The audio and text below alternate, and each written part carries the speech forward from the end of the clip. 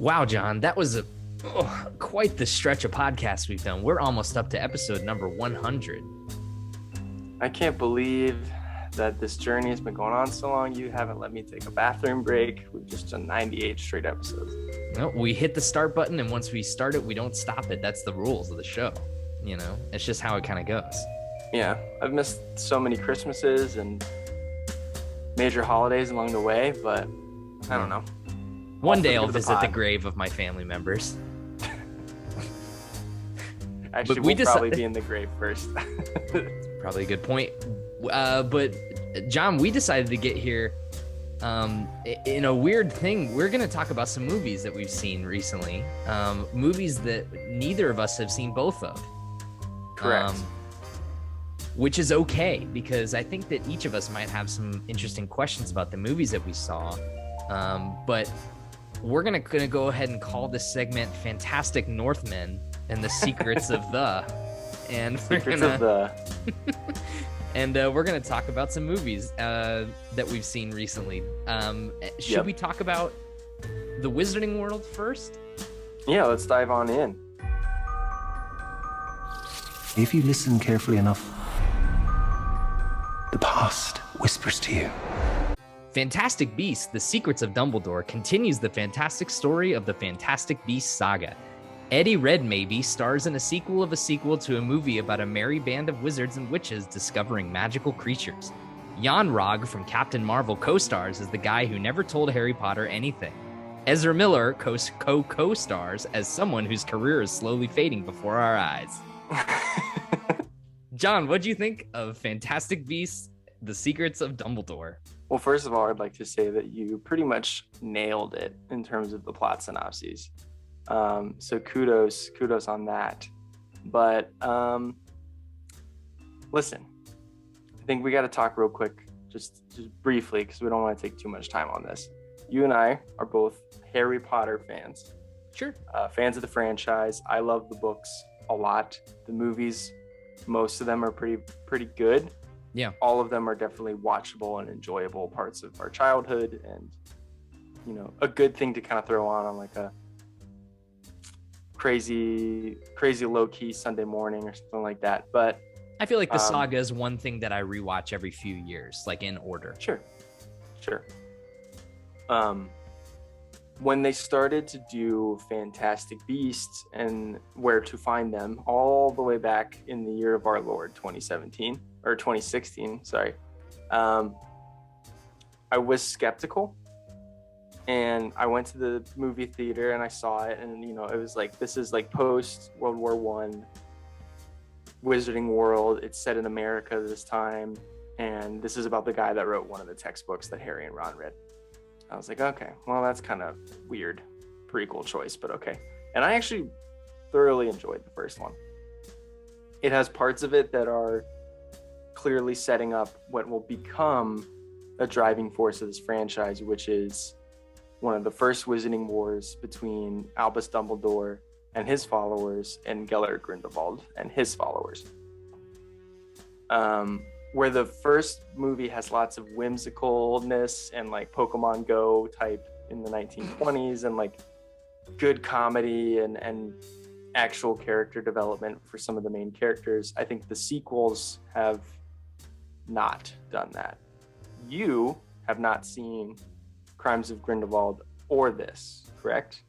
No, so I've caught a little bit of Grindelwald here and there because it came onto HBO Max, so I like started the movie and then I kind of faded out, and then I I caught little bits and pieces of it. I was kind of watching it in the background, but I was not blown away by Fantastic Beasts, the original. I thought it had cool concepts and a cool the idea behind it is cool, like a post World War I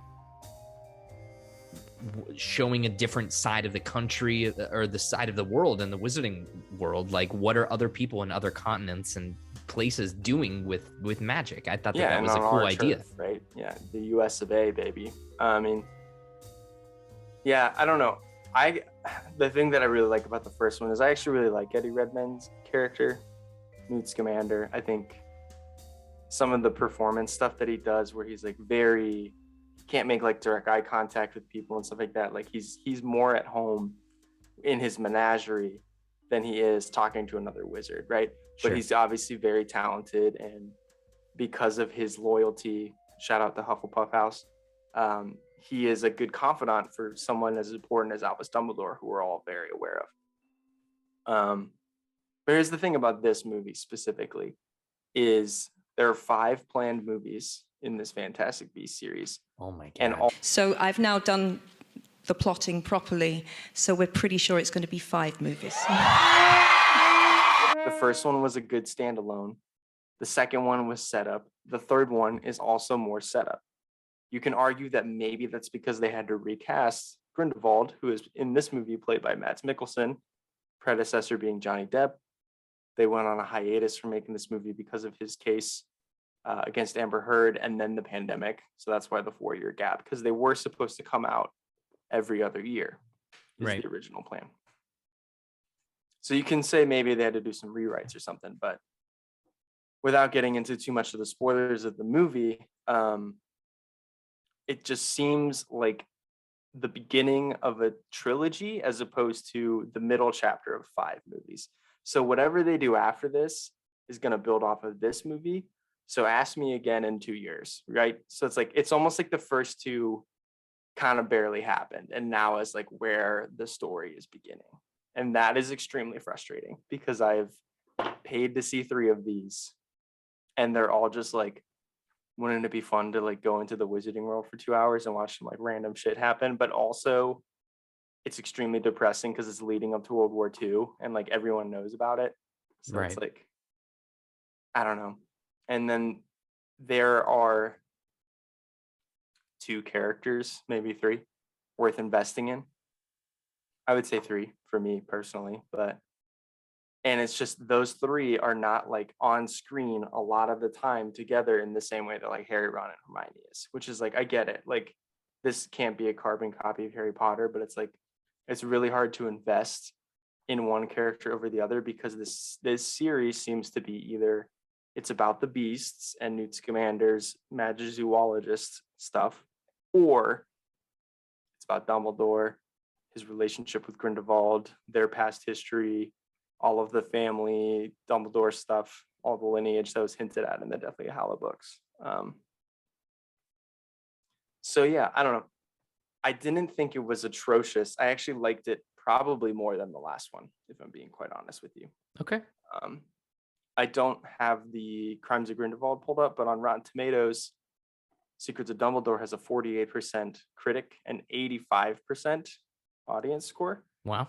Let's look up Crimes of Grindelwald real quick, Sure.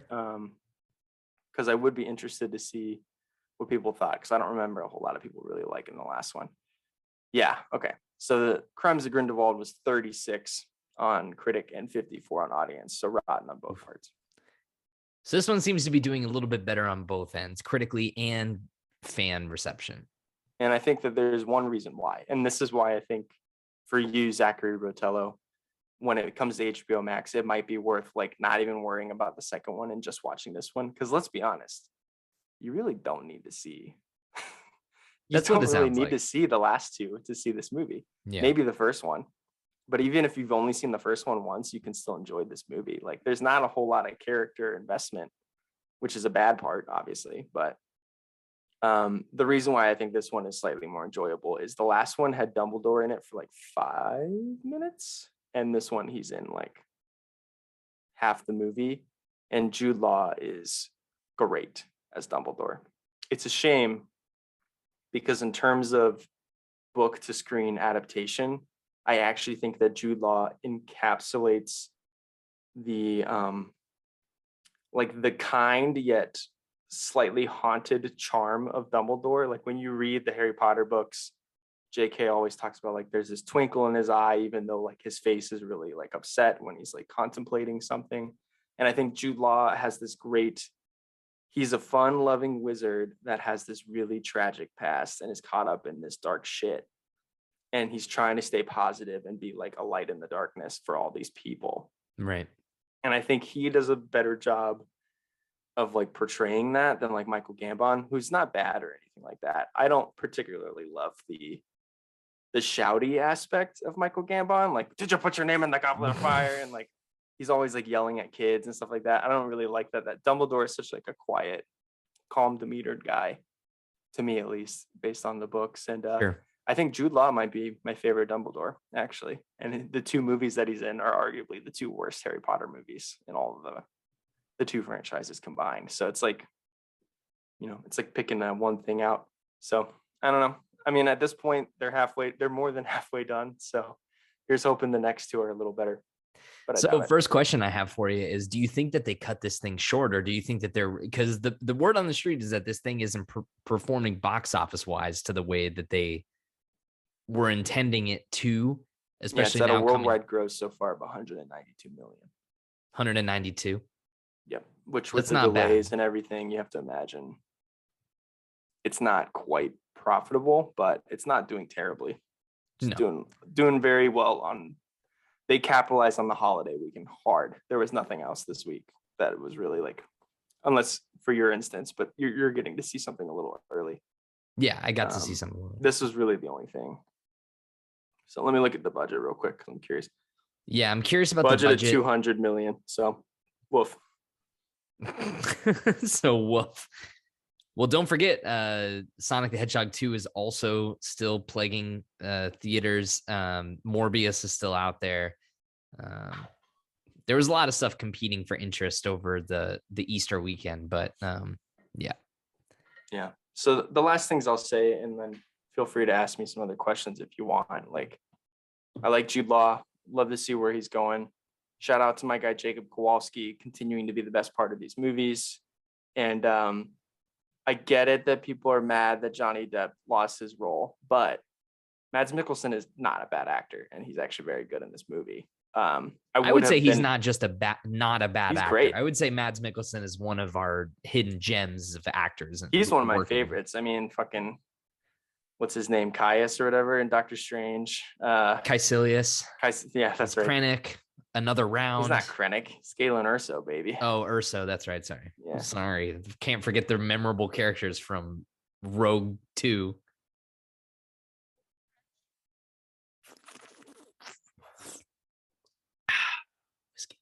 You done? No, I'm not done. So a lot of people have said, like, I'm thinking of something kind of like, do you remember when The Hobbit came out? People were like, oh, why the Hobbit movies? Like, they've already told the best story. Like, the Hobbit movies are just going to tell like the side story or whatever. Do you kind of feel like that's just going to taint the rest of the Fantastic Beasts? Like, do you think that there's a chance that these movies in the 5-movie run that they're going for are going to get to a climax or a plot that's going to be as engaging as fucking the original Harry Potter saga? No, but I do think of all of the other stories to tell in the Harry Potter universe, this is the most intriguing. I mean, the romantic relationship that turns into this blood feud, almost like Anakin and Obi-Wan, like becoming brothers that have to split up, of Grindelwald and Albus, is really interesting when it's brought up in the Deathly Hallows. And it's like, you hear them talking about Dumbledore's greatest victory was the defeat of the Dark Wizard Grindelwald in 1945. And it's just like, it's like a really cool idea of like these younger versions of the older mentor guides of Harry, like seeing them in their prime. It's the same with like what we liked about the prequels of like getting to see like a young Obi-Wan Kenobi like out there kicking ass and stuff like that. So I think that if of all the stories that they could have told, this one could have been really cool, but they're really fumbling with like putting together a cohesive narrative. And maybe it'll be like a Fast and the Furious kind of thing where it's like starting from now through Fantastic Four and Fantastic Five, that'll be like a trilogy, and the other two are just like part of it. I don't know. We'll see. Yeah. Do you see yourself going back and rewatching like 1, and 2 to go back into like 3, 4, 5? Because it sounds like you enjoyed 3. It's just you have frustrations with the overall story. It was a fun time at the movies. My theater wasn't super involved, so I probably could have waited to see it at home, but at least I didn't go by myself, so that was nice. But no, I don't plan on rewatching the first 2. Cool. I actually don't know. To be honest with you, I don't know if I'll plan on rewatching any of them. Like I went 4 years without watching a Fantastic Beast movie until last night, and I was like, I know everything I need to know.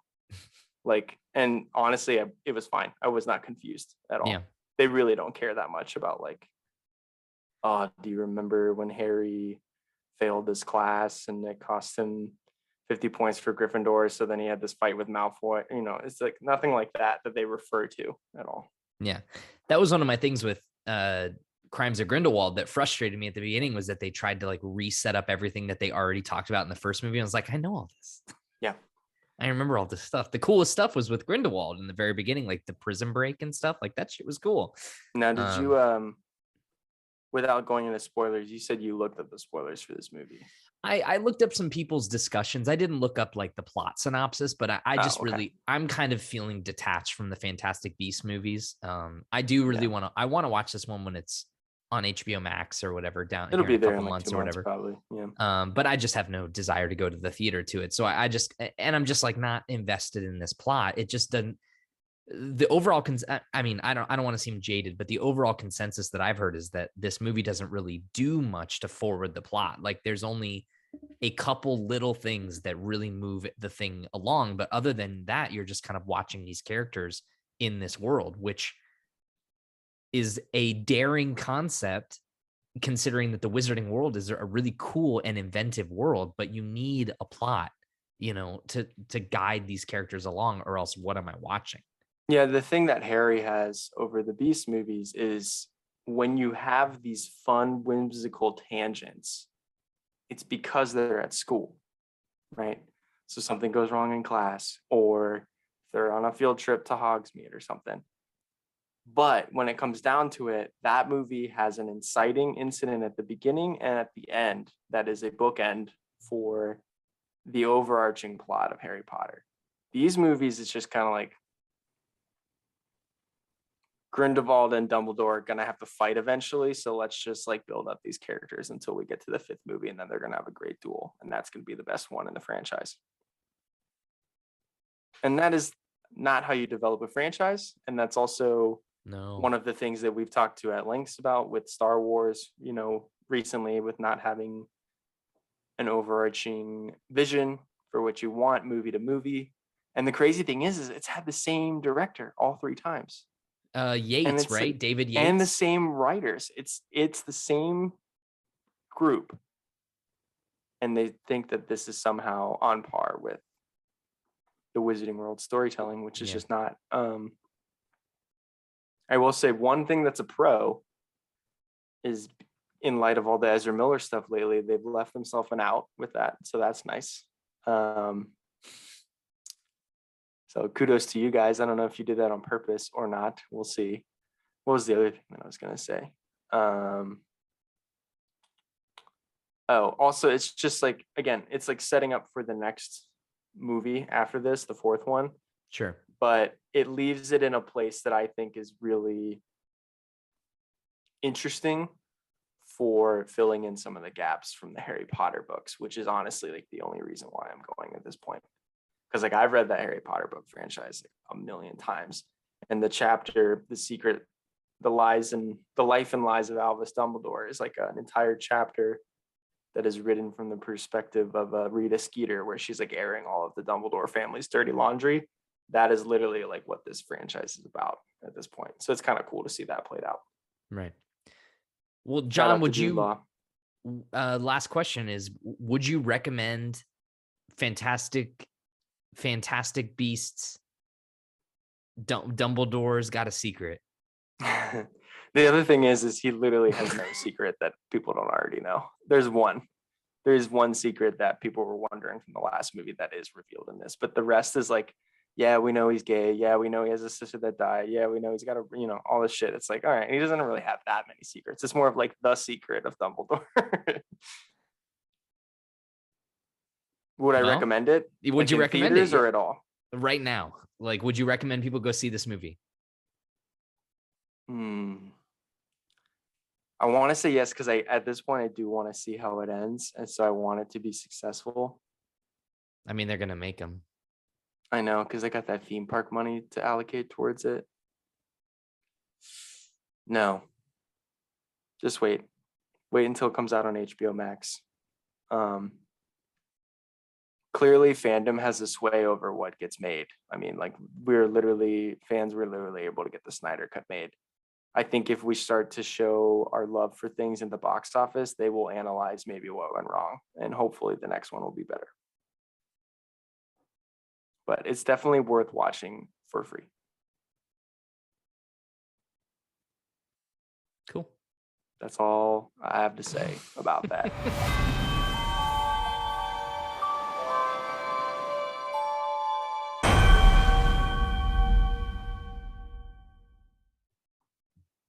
You want to introduce my part of the segment?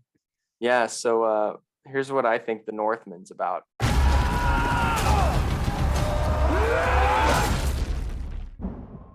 The Northman, 2022. Or just reading what I wrote, I'm already laughing. Sorry. The Northman. A Norwegian fisherman's family is brutally murdered by a rival clan. He sets off on a mission of vengeance across Scandinavia. Credits. That's all I got. Sorry. I saw it. I saw The Northman. I was able to go to an advanced early screening. Shout out Focus Features.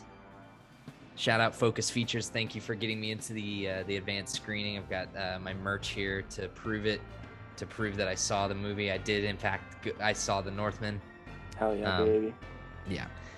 This is the new Robert Eggers movie. I really liked both of his other movies, which were The Witch and The Lighthouse.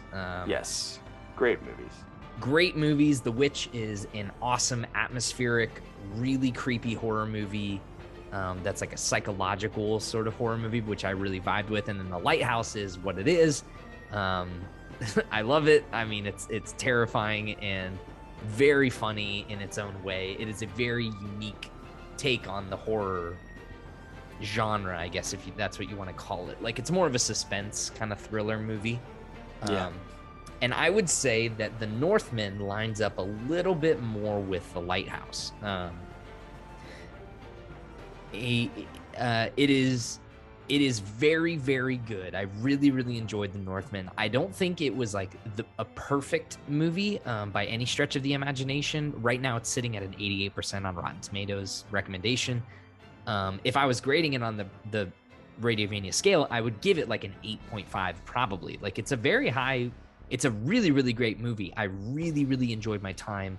It is breathtaking to look at, like, especially on the big screen. Like, they filmed a lot of this shit. I wouldn't be shocked if most of the movie was filmed practically. Like, they're using these beautiful sets and these haunting images of, like, they go to Iceland at one point in the movie, and that whole section of the movie is just fucking gorgeous to look at. Like, it is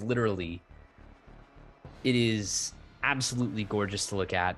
The scenery, the environments, the atmosphere of the movie, like, this would make an interesting back-to-back showing with the Batman in terms of how to make movies really well that take place primarily at nighttime. Okay. Because the Batman Matt Reeves must have gone through hell and back to make sure that all of that movie looked really good, despite the fact that it's shot at night. And if I learned anything in film school, it's rain. Yeah, and in the rain. But, like, if I learned anything in school, it's like shooting at night is really hard because you have to get the lighting absolutely perfect, and you can never shoot day for night. Like, movies that try to shoot daytime and then just color correct it to look like nighttime always end up looking terrible. But this whole movie is like, you have characters in the darkness and their shadows are enveloping the whole screen, and you have whole monologues of people that are talking right at the camera where it's just blackness everywhere, but yet somehow it's a really pretty movie despite how grotesque and, like, dark it is. All of the cast is really good. I really liked Anya Taylor-Joy in the role that she plays. She's really good as always. But I mean, the big shout out here is to Alexander Skarsgård playing Amleth. Here's the thing. The names in the show completely ridiculous. Every name, there's like one or two names that you really, really latch onto that you can remember. They say Amleth a few times, but really you just kind of refer to this guy as the Northman. Like he is the Northman. He's the Batman. He's the Batman. He's vengeance in a way, which plays into the movie because he does call himself Vengeance at one point, parallel to the Batman. Wow. Copycat. Yeah, copycat to a movie that was shot at the same time as the Batman. But yeah, it's a really, really good movie. It is long. Like it's 2 hours and 17 minutes. And toward the end of it, there was like a chunk in like the second half where I was like, you probably could have cut this. So I think that they probably could have trimmed the length down a little bit and it would have been even better than it was. But overall, I just thought it was really, really cool. I mean, here's the thing, man, is that like, can you remember the last time you saw a really good Viking movie? No. This is a really good Viking movie. Shout out to Vikings on the History Channel. Yeah. I mean, shout out to Vikings, but also not shout out to Vikings because they do some horrible shit and they don't shy away from showing that in this movie. The show Vikings, but yeah. Sure. Yeah. The actual people. This is a pretty hard R, you'd say. It is a very hard R. I mean, there's no language, obviously, because they're speaking in very flowery tongue. And Alexander Skarsgård uses his tongue as well, which is, an interesting scene in the movie. On Anya Taylor-Joy. He sure does. And wow. Yeah, but no, it's very bloody. It's very gory. There's some horrifying scenes of dismemberment, which I loved. I thought it was awesome. But the violence is it's utilized effectively. Like it's made to show the brutality of these times in history where people were pillaging and plundering and taking other people's kingdoms from them and like disrespecting their families. And it's pretty brutal. Like, I mean, this movie reminded me a lot of like The Revenant, where it's an experience to watch. Like it's 2 hours and 20 minutes. And the whole way through is just like, it's all about death and despair and this one person's journey of vengeance and seeking like retribution for the crimes that were done to him. And so it's like what I was really surprised about is that there is actually some cool moments of levity in the movie that I wasn't expecting, because it starts out so dark. But like, I mean, if you've seen The Witch, is not funny. That movie is dark the whole way through, but The Lighthouse does have some shit in it where you're like kind of laughing along with the movie. That's why I would say this movie leans more towards The Lighthouse, where it is a very interesting. Robert Eggers is, if anything, I mean, just a prolific filmmaker right now. Like, I mean, he's doing some really interesting stuff. He's getting these big budget drama indie projects funded by these bigger studios and getting like wide production. But like, if a nobody from film school in LA tried to make this movie, it would get shot down in a heartbeat because like nothing happens, right? But it's like, no, actually, if you look at it, a lot happens and characters change and grow, and you see a lot of stuff change. And also, I want to give a special shout out to the music.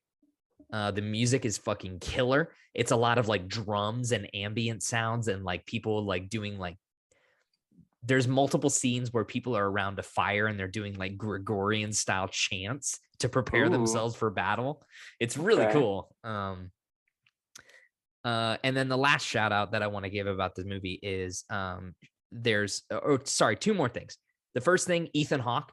He's not in the movie very much, but for the scenes that Ethan Hawke is in, he's absolutely fire. Ethan Hawke, just class act, dude. He's great. He has such an incredible screen presence. And then the last thing I want to say is, in terms of the action of the movie, there's really only a few really big action set pieces, but the very first one is probably 8 minute, if I had to guess, 8 to 10 minute long single cut. So it's like the camera just follows these Vikings along as they pillage a village, and it is breathtaking to look at. Like, it just follows them from their sneaking up to the village, and then they infiltrate the village, and then they're fighting these people, and you see the people in the village like starting to realize what's happening. And it's just this single camera dolly as it's going through the whole village, and you see like things change about it. Places catch on fire, buildings get knocked down. It's really pretty spectacular. Yeah, that scene left my like jaw on the floor just in terms of a production standpoint. I thought that it was incredibly well done. Cool. I definitely want to see it. You've sold me on it. It comes out this Friday on April 22nd. Yep, April 22nd, it gets a wide release date, and it's unlike, I mean, this is the power of Robert Eggers, is that unlike like Everything Everywhere All at Once, which I still think is a better movie than this, still my favorite movie of the year so far. The Northman. Over the Batman? I think so. I think I'm definitively going to say I settled on it. I think it's just more, it's more inventive. I think it's more inventive and more original.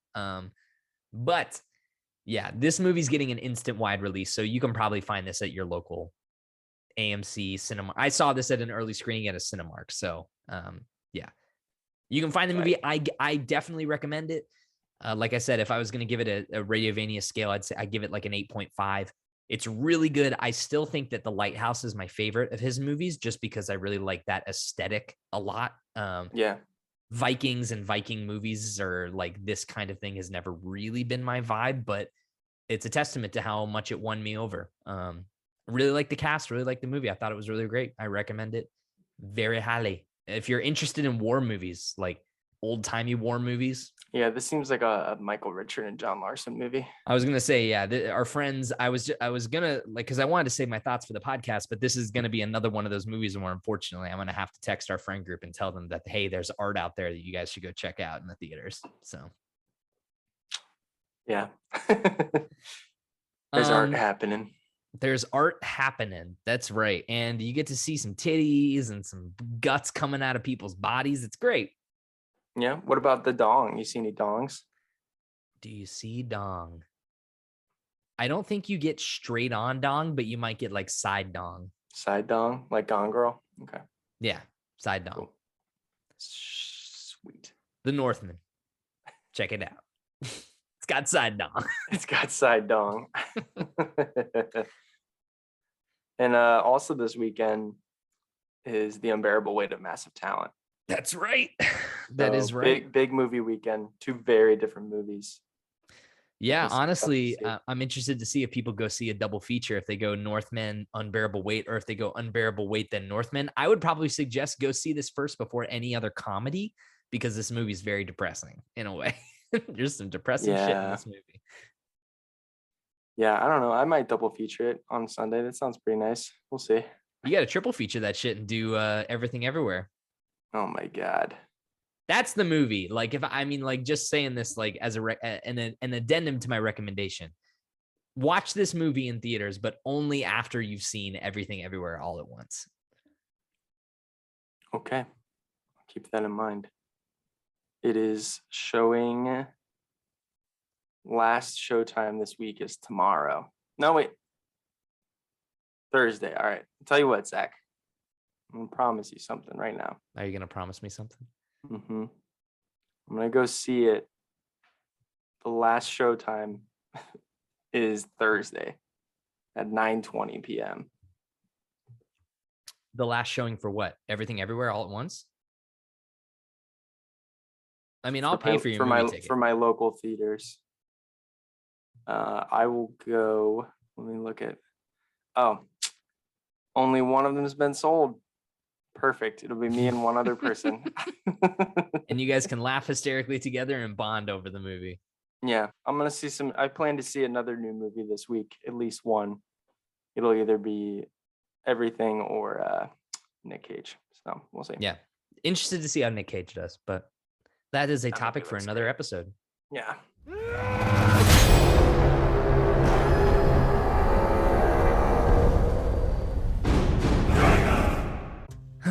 Well, John, we've talked a lot. We've talked about Wizards and Vikings. That's a pretty cool title for this episode. Wizards and Vikings. The Radiovania story. Who's more likely to be the wizard and who's more likely to be the Viking? I think I would be more likely to be the Viking, if we're being honest. Yeah, you know how to start fires with your bare hands. I know how to start fires with my bare hands, roast over an open flame. I'm prone to getting drunk and or smashing stuff. You have a lot more finesse and, a whimsical lifestyle. All right. Well, then I guess all we have to say for this segment of the show is podcast reparo. Zip, zip, zip, zip.